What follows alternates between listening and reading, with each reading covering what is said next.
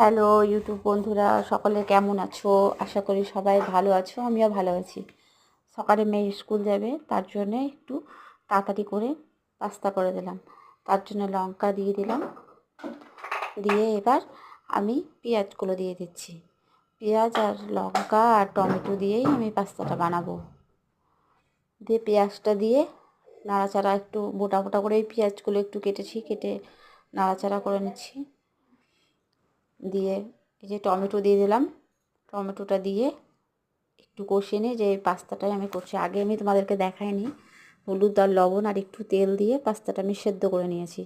জলটা ঝরিয়ে ঠান্ডা জলে ধুয়ে রেখে দিয়েছি। এবার আমি হলুদ, লবণ আর লঙ্কার গুঁড়া দিয়ে দিলাম ওর মধ্যে,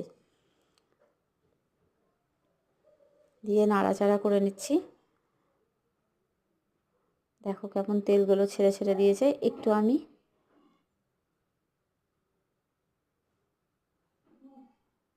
মিট মশলা দিয়ে দিলাম, তারপরে একটু ম্যাগি মশলা দিয়ে দিলাম, দিয়ে আমি আরেকটু নেড়ে নিচ্ছি। দিয়ে পাস্তাগুলো দিয়ে দিলাম,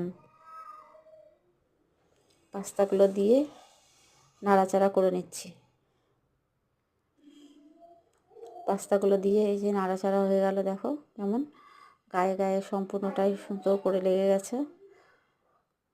আর পাস্তাটা একটু পেঁয়াজটা মোটা মোটা দিতে গেলে ভালো লাগে। পেঁয়াজটা বুঝতেই পারছো, পাস্তাটা তো একটু ঝাল, একটু তেলটা ভালো লাগে।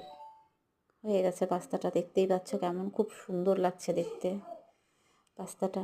এবার আমার মেয়ের টিফিন বাটিতে দিয়ে দিলাম অল্প একটু সস আর পাস্তা টিফিন নিয়ে যাওয়ার জন্যে। আর আমার চ্যানেলটা যারা লাইক করোনি তারা লাইক, কমেন্ট, শেয়ার অবশ্যই করো। ভালো থেকো।